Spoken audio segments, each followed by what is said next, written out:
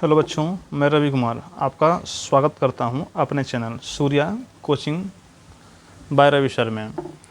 चूँकि हमने आपको क्लास 9th के प्रीवियस लेसन में 1.1 को पढ़ा चुका था। आज हम पढ़ाएंगे 1.2।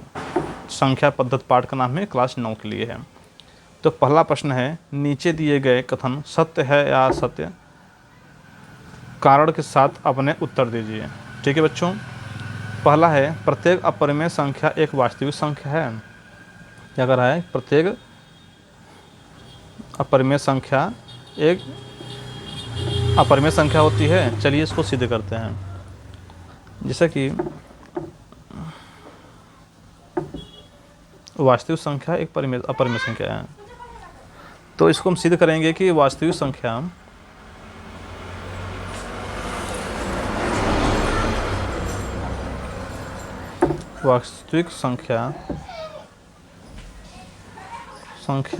जो होती है, ठीक है, वास्तविक संख्या का संग्रह मतलब समूह जो होता है, संग्रह, वास्तविक संख्या का संग्रह, ये देखो जो वास्तविक संख्या है ये परिमेय और अपरिमेय दोनों में होता है। क्योंकि वास्तविक संख्या क्या होती है, प्लस में भी होती है, माइनस में भी होती है, फ्रैक्शन में भी, तो कुछ भी हो सकता है। ठीक है भाई, तो क्या कर सकते हैं, वास्तविक संख्या का संग्रह परिमेय और अपरिमेय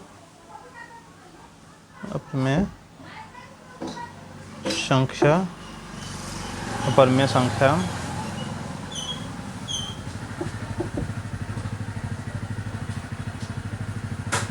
मेरे को है।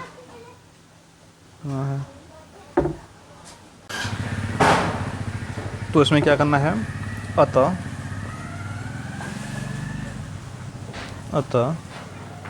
प्रत्येक परिमेय, प्रत्येक जो हमारा रहता है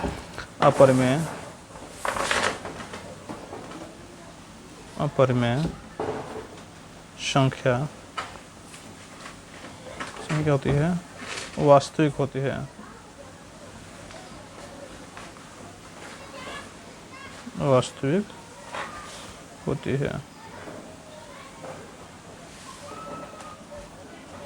ठीक है, और इसका मतलब क्या होता है कि यह कथन सत्य है। क्या है यह कथन? क्या है यह कथन? हम कह सकते हैं कि यह कथन हमारा सत्य है। यह कथन सत्य है।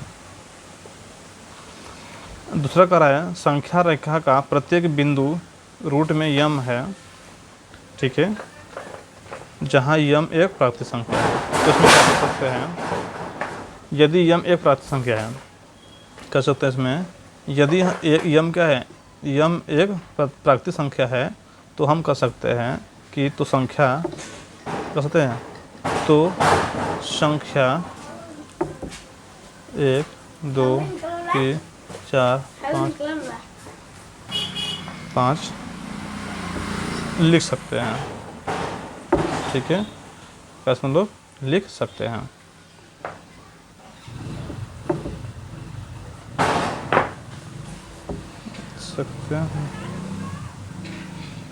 ठीक, तो कहने का तात्पर्य यह है कि यदि संख्या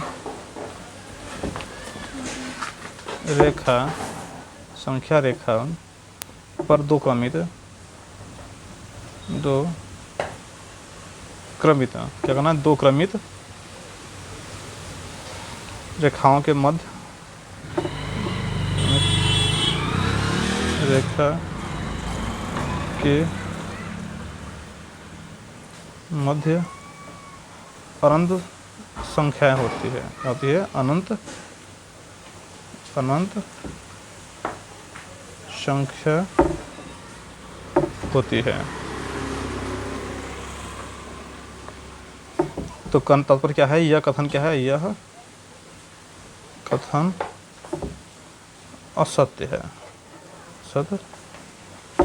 ठीक है बच्चों, इसे क्या करना है, यह कथन क्या हमारा है, असत्य है। और तीसरा क्या है, प्रत्येक वास्तविक संख्या एक परिमेय संख्या होती है। ठीक है, चलिए इसको समझते हैं। कह रहा है कि प्रत्येक संख्या वास्तविक संख्या होती है। ठीक है, प्रत्येक वास्तविक संख्या एक अपरिमेय होती है। ध्यान दीजिएगा कि वास्तविक संख्या जो संग्रह होती है परिमेय और अपरिमेय दोनों संख्याओं की होती है। क्या कह रहा है, जो परिमेय संख्या क्या होती है, परिमेय संख्या की वास्तविक और दोनों अपरिमेय होती है। इसलिए यह कथन क्या है, यह कथन असत्य है। अगला प्रश्न है, क्या सभी धनात्मक पूर्णांकों के वर्गमूल अपरिमेय होते हैं? यदि नहीं तो एक ऐसी संख्या के वर्गमूल का उदाहरण दीजिए जो एक परिमेय संख्या है। तो क्या करते हैं इसमें हम, जो हमारा हल है, ये हमारा जो है कह रहा है कि सभी धनात्मक पूर्णांकों का वर्गमूल परिमेय होता है, नहीं। हमारा क्या होता है, ये नहीं होता है, क्योंकि सभी परिमेय संख्या और अपरिमेय संख्याओं से मिलकर क्या बनता है, एक वास्तविक संख्या बनता है। देखिए यहाँ धनात्मक बोला, धनात्मक क्या होता है, तो इसमें कर सकते हैं सभी धनात्मक क्या होती है, वो अपरिमेय संख्या नहीं होती है। ठीक है, इसको जो एग्जाम्पल है, जिसके एग्जाम्पल है क्या हमारा है, अगर हम रूट में हम 9 को मान सकते हैं। ठीक है, जैसे 9 को, ठीक है, तो 3, तो हम कर सकते हैं यह एक परिमेय संख्या होती है। क्या है, यह एक परिमेय संख्या होती है। ठीक बच्चों, बस आज ये हमारा सवाल रहा 1.1 का, 1.2 का लास्ट सवाल। अब हम आगे बढ़ते हैं 1.3 का सवाल की तरफ। तो बच्चों हमारा अगला पढ़ेंगे प्रश्नावली 1.3 का। तो चलिए सवाल पहला पढ़ते हैं। हमारा पहला सवाल है, निम्नलिखित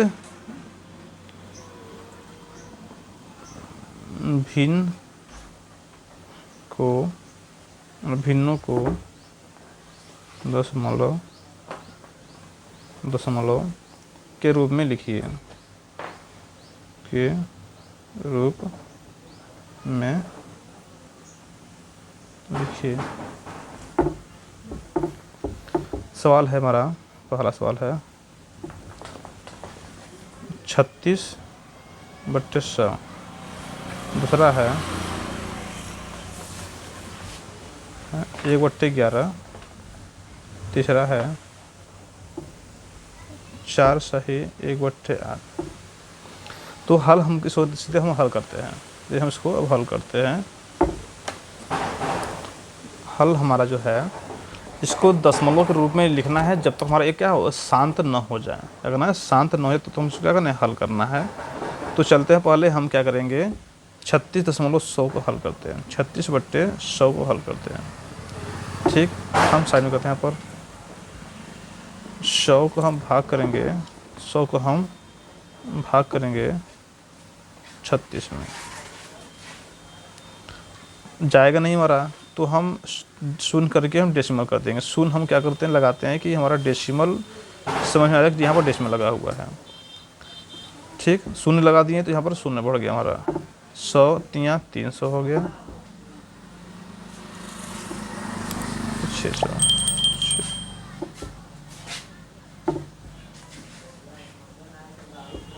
जब डेसिमल में लगा यहाँ पर तो क्या होगा, शून्य बढ़ जाएगा ऑटोमेटिक। 4 छक्का 600। ठीक, समझ गया, ये 2.300 शांत है, शांत।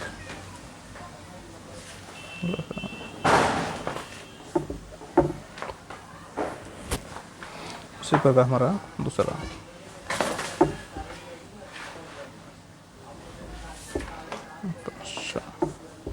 11, इसको भाग करते हैं, इसको मध्य में करेंगे। ठीक, 11। यहाँ पर क्या करेंगे, शून्य करेंगे, शून्य हो गया, उठा जाएगा नहीं, फिर शून्यता रहेंगे, थोड़ा सा यहाँ पे सूत्र खोलते हैं। ठीक, ये हो गया 11 9 99।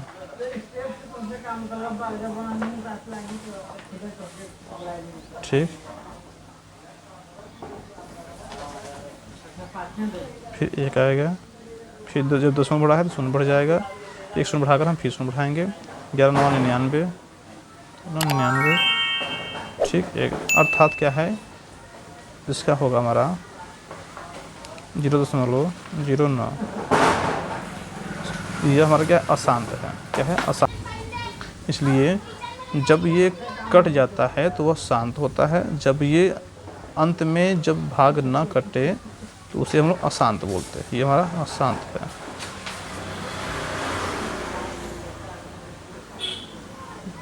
ठीक, चलिए बस आज इतना ही।